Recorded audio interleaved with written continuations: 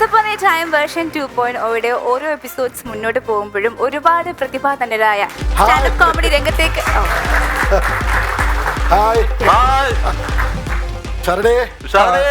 Hello hello രാജാവണേ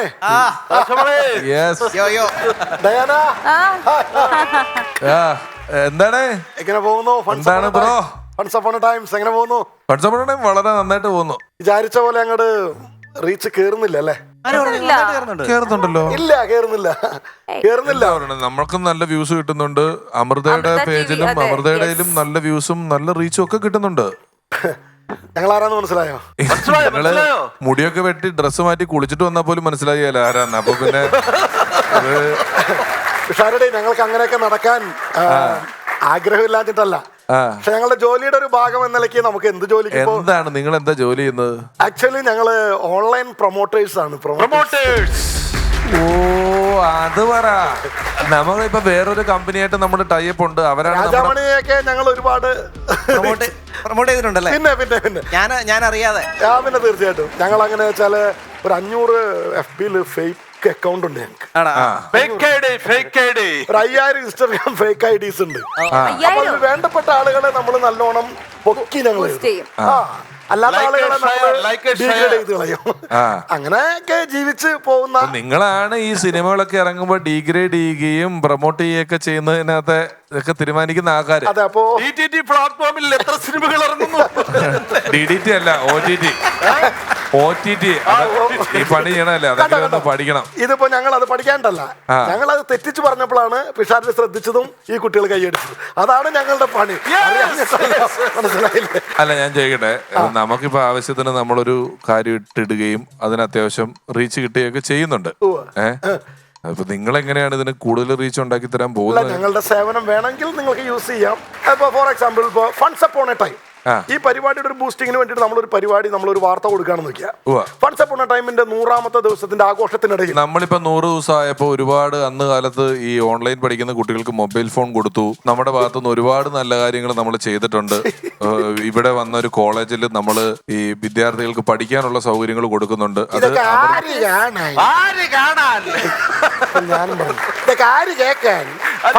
ടൈമിന്റെ 150ാമത്തെ ദിവസത്തിനന്ന് നിർദ്ധനായ ഒരു പെൺകുട്ടിയെ കല്യാണം കഴിച്ചു. ഞങ്ങൾ എന്ത് ചെയ്യുന്നറിയാമോ? ഞങ്ങൾ ബുദ്ധിപരമായി അവിടെയാണ് ഞങ്ങളുടെ ക്രിയേഷൻസ് വർക്ക് ചെയ്യുന്നത്. മനസ്സിലായി? ഞങ്ങളത് വർക്ക്ഔട്ട് ചെയ്തെടുക്കുന്ന വെച്ചാൽ funds upon a time shoot കഴിഞ്ഞ് പോയപ്പോൾ അവതാരകയായ ഡയാനയോട് പിഷാരടി ചെയ്തത് എന്ത് അതറിയണമെങ്കിൽ നീ എന്തോ പറയണ? ഞാൻ എന്തോ നിങ്ങൾ പറഞ്ഞത് അതറിയണമെങ്കിൽ ഈ ലിങ്കിൽ ക്ലിക്ക് ചെയ്യുക. ലിങ്കിൽ ക്ലിക്ക് ചെയ്ത് എന്തോ ആ രീതിയിൽ ലിങ്കിൽ ക്ലിക്ക് ചെയ്യുമ്പോൾ നമ്മുടെ ഫണ്ട്സ് അപ്പോൺ എ ടൈമിന്റെ ഫുൾ എപ്പിസോഡ് ഇങ്ങനെ പ്രേക്ഷകർ കണ്ടുകൊണ്ടിരിക്കും. അത് കണ്ടു കഴിഞ്ഞതിന് ശേഷമാണ് എന്താ ചെയ്തെന്നുള്ളതിന് ഉത്തരം. ഞാൻ എന്താ ചെയ്തത്? ഒന്നുമില്ല, ആങ്കർ ചെയ്ത് എന്റെ പേയ്മെന്റ് കൊടുത്ത് പറഞ്ഞു വിട്ട്, അത്രേ ഉള്ളൂ.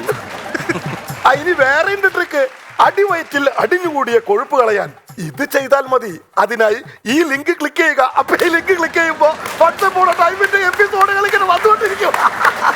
അങ്ങനെയൊക്കെയാണ് നമ്മൾ ഓൺലൈനിലെ പണി. പക്ഷേ ചേട്ടാ, പിന്നെ നമ്മുടെ വ്യൂവേഴ്സ് എന്ന് പറയുമ്പോഴത്തേക്കും കുറച്ച് പ്രായമായ ആൾക്കാർക്ക് കാണാറുണ്ട്. അവരാണ് ശരിക്കും നമ്മുടെ ടാർഗറ്റഡ് വ്യൂവേഴ്സ്. ഏത് വെളുത്ത മുടിയും കറുപ്പിക്കാൻ ഇത് ചെയ്താൽ മതി. കൂടുതൽ അറിയാൻ ഈ ലിങ്കിൽ ക്ലിക്ക് ചെയ്യുക. ഈ ലിങ്കിൽ ക്ലിക്ക് ചെയ്യുമ്പോൾ എന്ത് കിട്ടും? കറുത്ത മുടിയല്ല, ഫണ്ട്സ് അപ്പോൺ എ ടൈമിന്റെ ഫുൾ എപ്പിസോഡ്. അതാണ് ഇപ്പോഴത്തെ പരിപാടി. ഇനി മറ്റൊന്ന്, ഫണ്ട്സ് അപ്പോൺ എ ടൈമിൽ വന്ന പ്രമുഖൻ ആരെന്നറിയോ?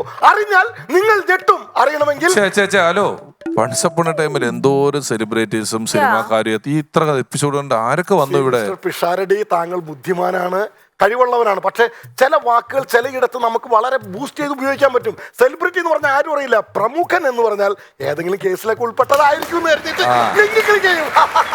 മനസ്സിലായോ? അങ്ങനെ ലിങ്ക് ക്ലിക്ക് ചെയ്യുമ്പോൾ നമ്മുടെ എപ്പിസോഡ് വന്നുകൊണ്ടിരിക്കും. ഇതിന്റെ ഗുണം പിഷാരടിക്ക് അറിയാൻ പാടില്ലാണ്ടാണ്. ഇങ്ങേര് നാട്ടിൽ മുഴുവൻ ആകെ കച്ചറ ഉണ്ടാക്കി നടന്ന ആളാണ്. ഇങ്ങേരുടെ മോക്കടെ കല്യാണത്തിന് ആരെങ്കിലും വരുമോ എന്നൊരു സംശയം. എന്നിട്ട് ആ സമയത്ത് ഞാനാണ് കല്യാണക്കുറി റെഡിയാക്കി കൊടുത്തത്. എന്നിട്ട് ആള് വന്നോ? ജനലക്ഷമായിരുന്നു. അല്ല, ഈ കല്യാണക്കുറിയിൽ എന്തായിരുന്നു? ഹായ് ഗൈസ്, ജോമോന്റെ മകൾ വിവാഹിതയാവുകയാണ്. വരൻ ആരാണെന്നറിഞ്ഞാൽ നിങ്ങൾ ഞെട്ടും. അയ്യോ എന്തോരം പേരെ വന്നെന്നറിയാം. ആളുകൾ ഇങ്ങോട്ട് വന്ന് അവസാനം ഭക്ഷണം പോലും തികഞ്ഞില്ല. അയ്യോ എന്നിട്ട് എന്ത് ചെയ്തു? എന്ത് ചെയ്യാൻ? അതും ഞങ്ങളൊരു വാർത്തയാക്കി. കല്യാണത്തിന് വിളിച്ച ആളുകൾക്ക് ഭക്ഷണം തികയാതെ വന്നപ്പോൾ കല്യാണ പെണ്ണിന്റെ അച്ഛനെ നാട്ടുകാർ ചെയ്തത് എന്താണെന്ന് അറിയാമോ? അറിയണമെങ്കിൽ ഈ ലിങ്കിൽ ക്ലിക്ക് ചെയ്യുക, അല്ലെങ്കിൽ മെഡിക്കൽ കോളേജിലേക്ക് വരിക. പക്ഷെ നമുക്ക് ഇങ്ങനത്തെ ഫേക്ക് പ്രൊമോഷൻസ് ഒന്നും വേണ്ട. വേണ്ട. കുറച്ച് ഓർഗാനിക് ആയിട്ടുള്ള ജെന്യൂൻ ആയിട്ടുള്ള ഓർഗാനിക് ആയിട്ട് പ്രൊമോഷൻ ഉണ്ട്. പച്ചക്കറി അല്ലേ ഈ ഓർഗാനിക്? അതല്ല, ജെന്യൂൻ ആയിട്ടുള്ള സത്യസന്ധമായിട്ടുള്ള റീച്ച്. ഓക്കെ, അത് മതി സാർ, അത് മതി അല്ലേ രാജാമണി? അത് മതി, അത് മതി. ചെന്തില് വേണ്ട വേണ്ട വേണ്ട 100 ഫേക്ക് ഐ ഡി വേണ്ട. ഇൻസ്റ്റാഗ്രാമിലൊക്കെ അല്ല അതിന്റെ ഒന്നും ആവശ്യമില്ല. ഇവർക്ക് അല്ലാതെ തന്നെ പ്രൊമോഷൻ ഉണ്ടല്ലോ. പിന്നെ അല്ലേ? വേണ്ട എഴുതി അങ്ങ് നശിപ്പിച്ച് കളയൂട്ടോ. വേണ്ട ആയിക്കോട്ടെ, നിങ്ങൾ ചെയ്യുന്നത് ചെയ്. ഒരു വാർത്ത ഇപ്പൊ ഗൂഗിളിൽ വന്നിട്ടുണ്ട്. ആ ലിങ്ക് ഒന്ന് ഞെക്കിയാ മതി. നമ്മുടെ പരിപാടിയുടെ കവറൊക്കെ ഇട്ടിട്ടുണ്ടല്ലോ. പിഷാരടി പതറുന്നു, കേശവൻ മാമനാണ് താരം. പിഷാരടിയെ മലർത്തിയടിച്ച് കേശവ മാമന്റെ കഴിവുകൾ കാണാൻ ഈ ലിങ്കിൽ ക്ലിക്ക് ചെയ്യുക. എന്താണ് ഇതിനകത്ത്? അങ്ങനെയൊക്കെ അയാളെ കേശവ മാമനാണ് ഇവിടുത്തെ യഥാർത്ഥ ആള്. അല്ല, യഥാർത്ഥ ആൾ അയാളായതുകൊണ്ടല്ല. പക്ഷേ ഒറ്റ കാര്യമുള്ളൂ, ആൾക്ക് കിട്ടിയ 500 രൂപ ഒരു 100 വച്ചെങ്കിലും ഞങ്ങൾക്ക് തന്നു. നിങ്ങളൊരു 10 പൈസ പോലും തന്നില്ലല്ലോ. അനുഭവിച്ചോ?